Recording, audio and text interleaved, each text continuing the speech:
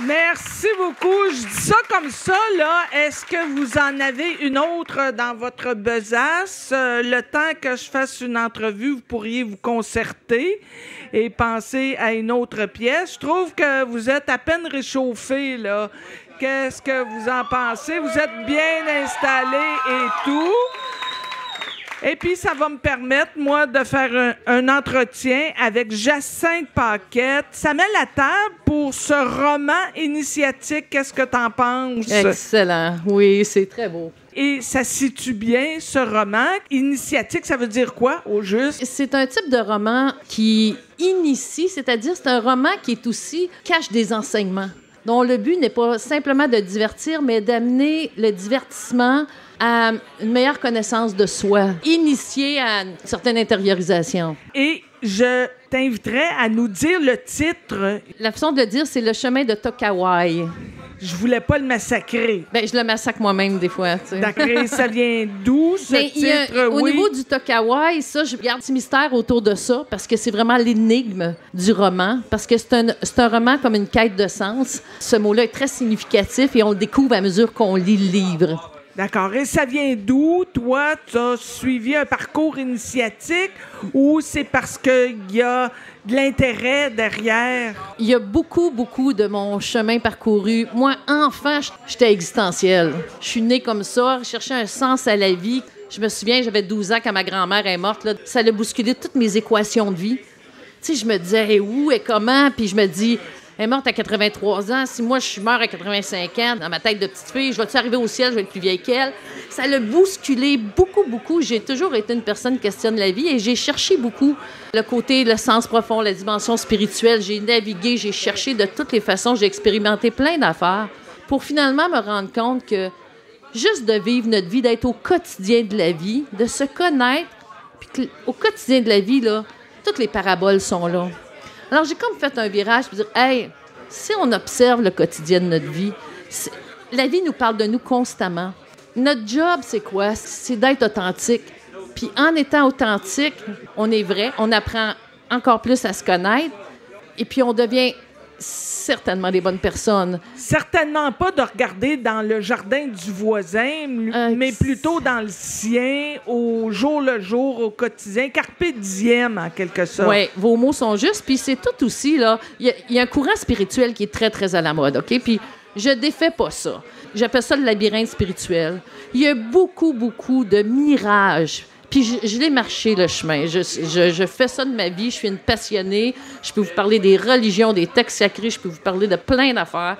Mais au bout du compte, le fait de chercher, tu deviens tellement chercheuse qu'à un moment donné, tu veux même pas trouver parce que tu arrêtes d'être chercheuse. Oui, puis quand tu as trouvé, tu n'as plus de but. Le plus grand mirage, c'est de penser qu'il y a un but. Parce qu'il n'y en a pas de but.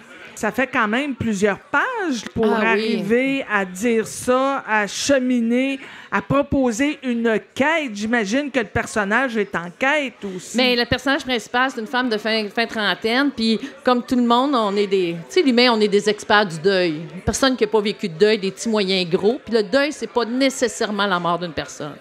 Mais dans ce cas-ci, le personnage principal, sa bonne amie meurt. OK. Et elle lui laisse une sorte de question en héritage. À partir de là, ça la plonge dans toute une quête, un voyage dans le sens propre et figuré, puis qui l'amène au bout du compte surtout à se rencontrer, à prendre conscience que dans le fond, on souffre par les relations, mais on guérit par les relations. Et que dans le quotidien de la vie, il y a plein de paraboles, d'opportunités pour aller vers soi.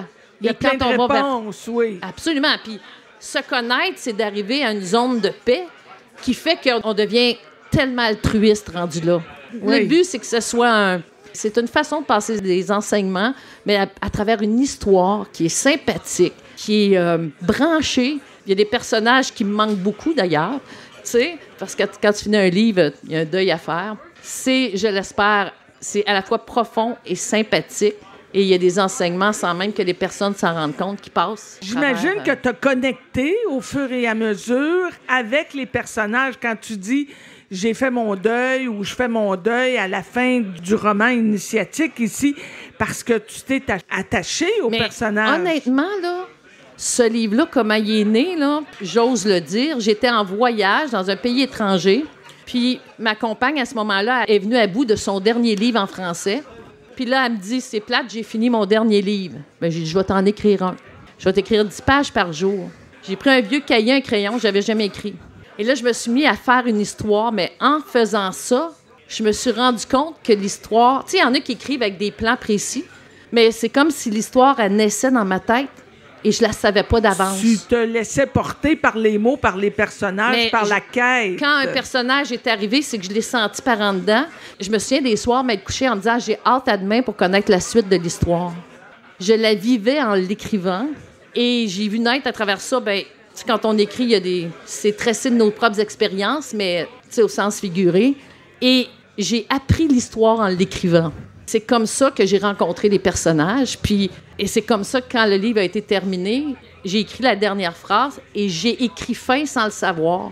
Et là, j'ai été super émotive. Puis je me dis, oh non, il est fini. Oui, bien, tu l'es encore émotive. On sent ça. Ben moi, ce qui est beau, c'est quand on laisse passer notre vivant à travers notre humanité. Puis l'humanité, le code de vie, c'est l'émotion. C'est notre spécialité comme humain. On est bon là-dedans. T'sais. Ça, c'est l'histoire du livre. C'est l'histoire de Jacinthe. J'allais te demander, de fait, qui est-elle, Jacinthe? Tu n'avais jamais écrit.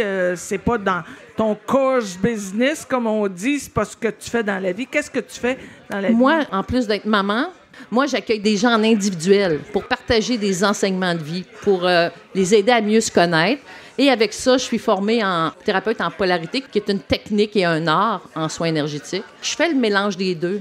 Il y a une couple d'années, j'ai sorti un livre, mais qui s'adressait au départ juste à ma clientèle, juste pour nourrir. Quand on a rendez-vous avec des choses comme ça dans la vie... ça se passe. Hein? On peut pas dire non, c'est clair, c'est clair. Absolument. Là, ce livre-là va vivre sa vie. Ouais. Est-ce que c'est difficile de s'en détacher? C'est quelque part une sorte d'acte d'humilité, oui. Puis je sais pas jusqu'où on s'en détache totalement. Je le sais pas, tu sais. C'est comme avec un enfant. Ils ont beau être plus vieux, il y a un élastique, tu sais. La meilleure façon, moi, j'ai trouvé de m'en détacher, c'est d'être à l'écoute puis d'en commencer un autre. Fait que c'est... On sent que la rentrée va être chaude en écriture. Ça va continuer. J'aime ça. Ça se fait tout seul. Comment on fait pour se le procurer? Il est dans la majorité des librairies. Il est bien en vue ici à Sherbrooke, GGC Appalaches et les autres librairies. Jacinthe Paquette, Le Chemin.